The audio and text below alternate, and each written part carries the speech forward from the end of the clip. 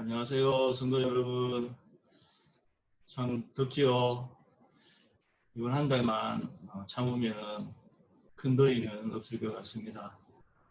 오늘은 5번째 시간으로 로보암에 대해서 이야기하겠습니다. 화면을 보면서 설명하도록 하겠습니다.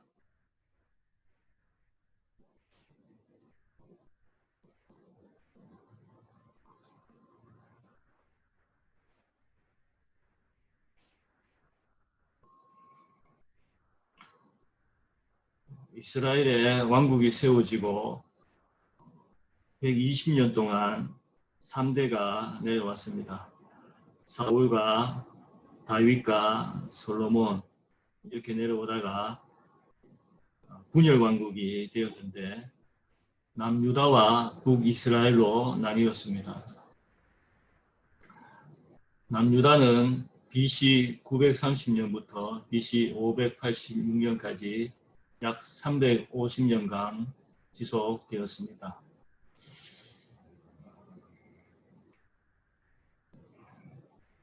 총 20왕이 남유다에 있었고 르호보암, 또 아비야, 아사, 여호사밧, 여호람 이렇게 내려오게 됩니다. 북이스라엘은 BC 930년부터 BC 722년까지 약 210년간 총 19왕이 있게 됩니다.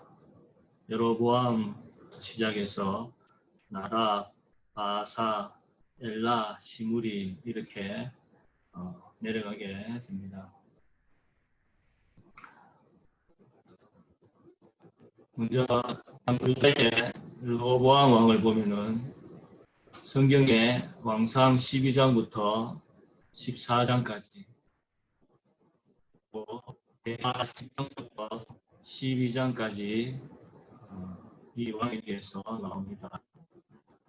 41세에 즉위해서 17년 동안 통치를 하게 됩니다. 그 기간은 BC 930년부터 913년까지 통치를 하였습니다. 르호보암과 북이스라엘의 초대왕 여로보암 사이에 항상 전쟁이 있었습니다. 그리고 르호보암은 나중에 죽어서 다윗성에 장사됩니다. 그 시대에 백성이 봤을 때 잘했다고 그렇게 여기면 이 다윗성에 장사되는 것을 보게 됩니다.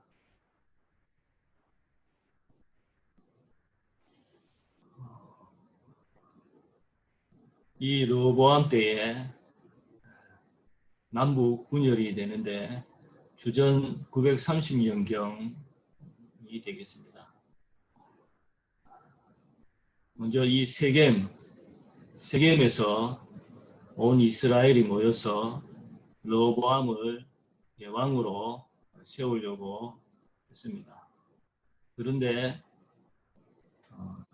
요구 조건이 있었습니다. 그것은 부친 때에 그 무거운 멍에를 가볍게 해달라는 그러한 조건이었습니다. 그래서 르호보암은 3일 동안 3일 있다가 3일 후에 오라고 그렇게 백성들에게 이야기합니다. 그런데 이렇게 백성들이 요구하게 된 배경과 분열 왕국이 된 가장 큰 책임은 솔로몬 왕의 그 이방신 숭배에 있습니다.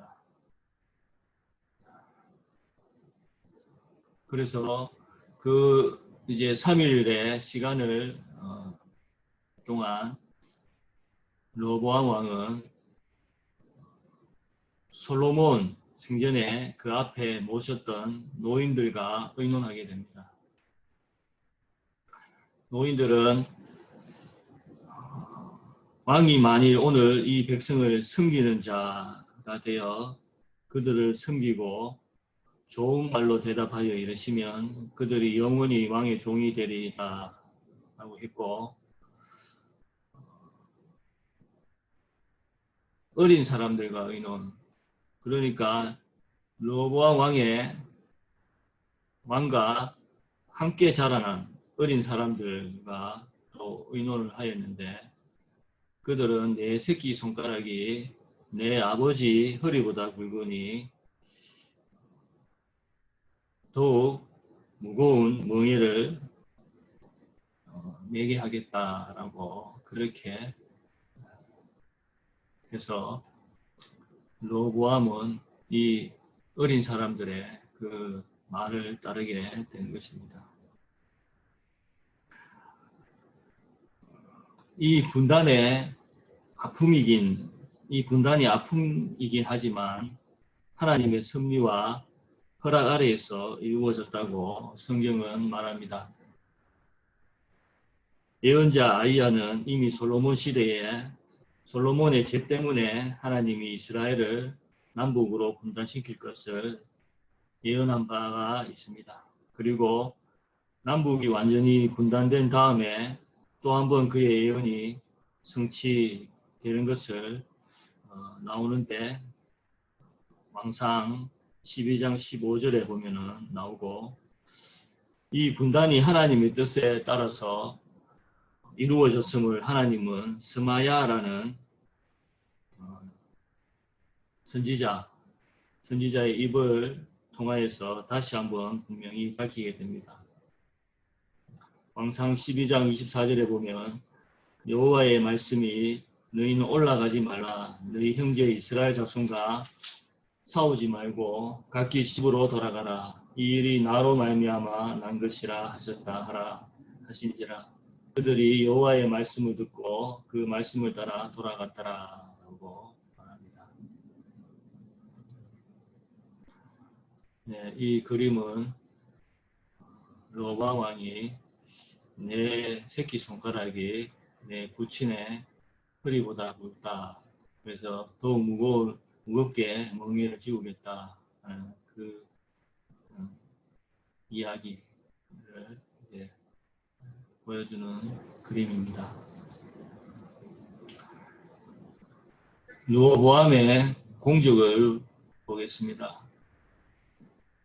방비하는 성읍들을 건축을 하였습니다. 유다의 주요 도시들, 베들레헴, 구바, 베술, 라기스, 헤브론, 이렇게 요새화를 시켰습니다. 그래서 이 성읍들이 보면은 15개가 나오게 됩니다. 15개 성읍을 요새화하게 되는데, 이 성읍들을 보수하고 군량미와 무기들을 비치해 두었던 것입니다.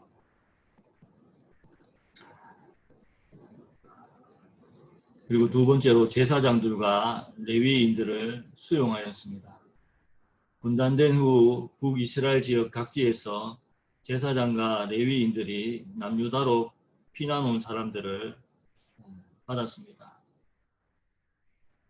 그들이 피난 온 이유는 여로보암이 그들의 제사장직을 박탈하고 일반 백성을 제사장으로 임명하였기 때문입니다. 그들과 함께 일반 백성들도 유다로 내려왔습니다. 이와 같이 북왕국에서 많은 사람들이 유다로 내려온 이유를 역대기에서 보면은, 그때 북왕국은 이미 금송아지와 우상들을 섬기는 나라가 된 반면에 유다와 예루살렘에는 여호와 신앙이 있기 때문이라고 설명합니다. 이렇게 온 이 사람들은 유다에 정착하면서 3년 동안 르호보암을 도와서 강성하게 합니다. 역대기 기자는 이 3년 동안 다윗과 솔로몬의 본을 따라서 살았다고 평가를 내립니다. 후계자 낙점이라고 썼는데 공적과는 좀 다를 수 있겠습니다만 무슨 이야기냐 하면은 르호보암은 마할락과 마아가 등 18명의 아내와 60명의 첩을 거느리고 아들 28명과 딸 60명을 낳습니다.